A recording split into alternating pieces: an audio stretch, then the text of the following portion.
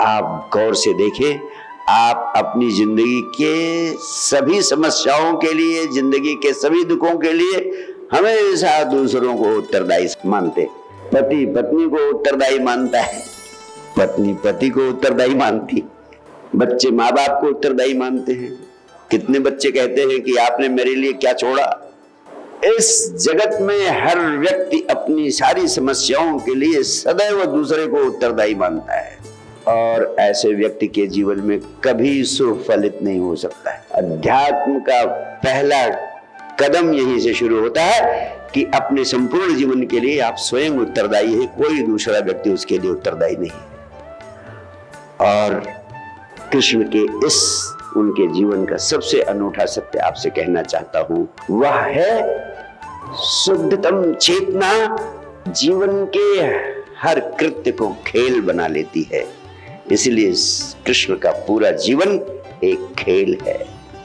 यानी बड़ा से बड़ा महायुद्ध करते हुए भी भगवान कृष्ण कभी उदास, निराश, मरे मराए, मुरझाए नहीं दिखाई देते। कोई तो बात है, वो बात वही है, सुखे दुखे समो भूत्वा लाभा लाभो जया जयो। सुख में, दुख में, हानि में, लाभ में, जय में, पराजय में जो एक जैसा बना रहे, उसी की चेतना शुद्धतम चेतना की अवस्था में है। अगर आप जिंदगी के छोटे बड़े सभी कामों में हर पल आंदोलित होते रहते हैं, अब यह बिगड़ गया, अब वह बिगड़ गया, अब ऐसा हो गया, अब वैसा हो गया, इसका मतलब आपकी चेतना कृष्ण चेतना को नहीं उपलब्ध है। जितना ही आप जिंदगी की समस्याओं से स्वयं को अछूता रख सके, समझना उतना अधिक आपकी चेतना कृष्ण की चेतना के निकट है, और उतना ही आपके जीवन में आनंद के तरंग की पैदा होने की संभावना है।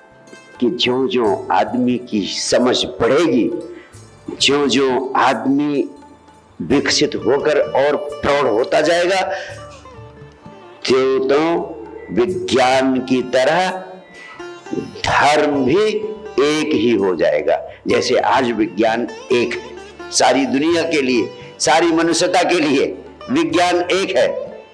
मैथ्स के सूत्र सारी दुनिया में वही काम करते हैं, केमिस्ट्री के सूत्र वही काम करते हैं, फिजिक्स के सूत्र वही काम करते हैं, बायोलॉजी यानी मेडिकल साइंस के सूत्र सारी दुनिया में सबके लिए वही सूत्र काम करते हैं। भौतिक जगत का जो विज्ञान है, भौतिक विज्ञान के सूत्र सारी दुनिया में सारी मनुष्यता के लिए एक है, चाहे हिंदू हो, चाहे क्रिश्चियन हो, चाहे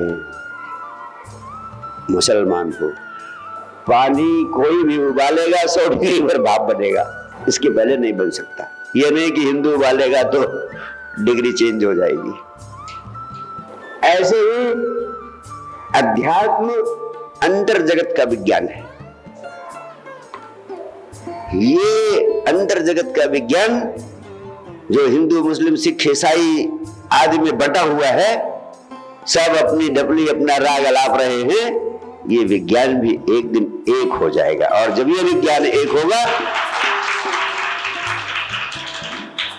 तो उस विज्ञान में अनुभूज होगी कृष्ण के संदेश की, कृष्ण के चेतना की, जो हिंदू, मुस्लिम, सिख, ईसाई सबसे परे, या कहें जो सबको आत्मसात करती है। और जब कृष्ण की चेतना एकमात्र धर्म बन जाएगी मनुष्यता का, तब हर मनुष्य के होठों पर होगी बांसुरी, पैरों में होगा नृत्य, जीवन में भरा होगा गीत और संगीत, और तभी सारी दुनिया को हंसता नाचता गीत गाता हुआ धर्म उपलब्ध हो सकेगा। कृष्ण मुझे बहुत प्रिय हैं। वो मुझे प्रिय इसलिए नहीं है कि मैं हिंदू हूं या मेरी मान्यताओं के अनुरूप उनकी मान्यताएं हैं, ऐसा बिल्कुल नहीं है। उन अर्थों में ना मैं हिंदू हूं, ना उन अर्थों में कोई मेरी मान्यताएं हैं। मैं तो शुद्धतम चेतना की दृष्टि से कहना चाहता हूं कि कृष्ण के जीवन और उनके संदेश में कुछ विशिष्टताएं हैं जो उन्हें असाधारण बना देती, जो अतुलनीय हैं, जिनकी तुलना ही नहीं की जा सकती, और जो आज 21वीं सदी में विज्ञान की कसौटी पर खरी उतरती है, और जो हिंदू, मुस्लिम, सिख, ईसाई सबके जीवन का अनिवार्य अंग बन सकती है। कोई उनका विरोध नहीं कर सकता है। जैसे आज 21वीं सदी में हम पुराने धर्मों की बहुत सारी मान्यताओं को अस्वीकार करने लगे हैं, जैसे सारे पुराने धर्म, अतीत के धर्म जीवन विरोधी थे, दे वेर लाइफ नेगेटिव, यानी सारे पुराने धर्म हंसते नाचते गीत गाते हुए धर्म समर्थन में नहीं थे। जीसस को सुना होगा आपने, ईसाई कहते हैं कि जीसस जिंदगी में कभी हंसे ही नहीं और उनका धर्म भी सूली का प्रतीक है, और कृष्ण ठीक इसका उल्टा, वो जिंदगी पर हंसते नाचते गाते ही रहे और उनका धर्म सूली की जगह बांसुरी का प्रतीक है। अगर आज दुनिया में किसी से कहा जाए तो वो क्या चुनेगा? वो चुनेगा ऐसा भगवान जो कभी जिंदगी में मुस्कुराए ही नहीं। सारे दुनिया के धर्मों ने जीवन के को दो हिस्सों में बांटा कि एक शुभ है, दूसरा अशुभ है, एक पुण्य है, दूसरा पाप है, एक नैतिक है, दूसरा अनैतिक है, एक सही है, एक गलत है।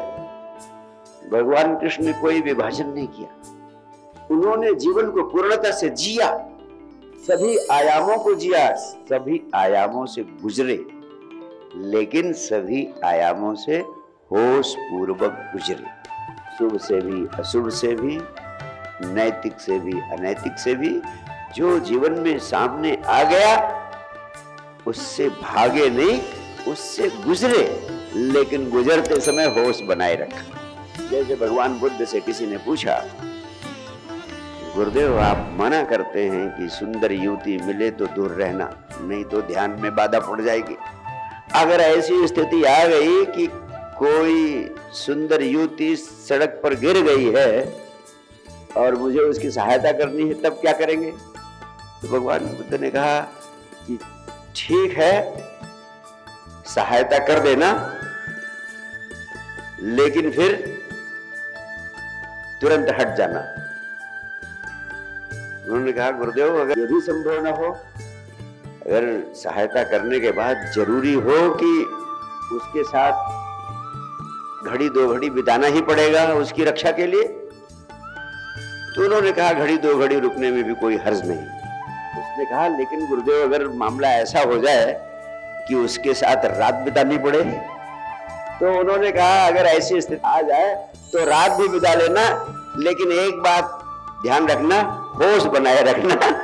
एक ही चीज का ध्यान रखना कि होश बनाए रखना, और रात ही नहीं चाहे 100 रात भी उसके साथ रहना, होश बनाए रखना।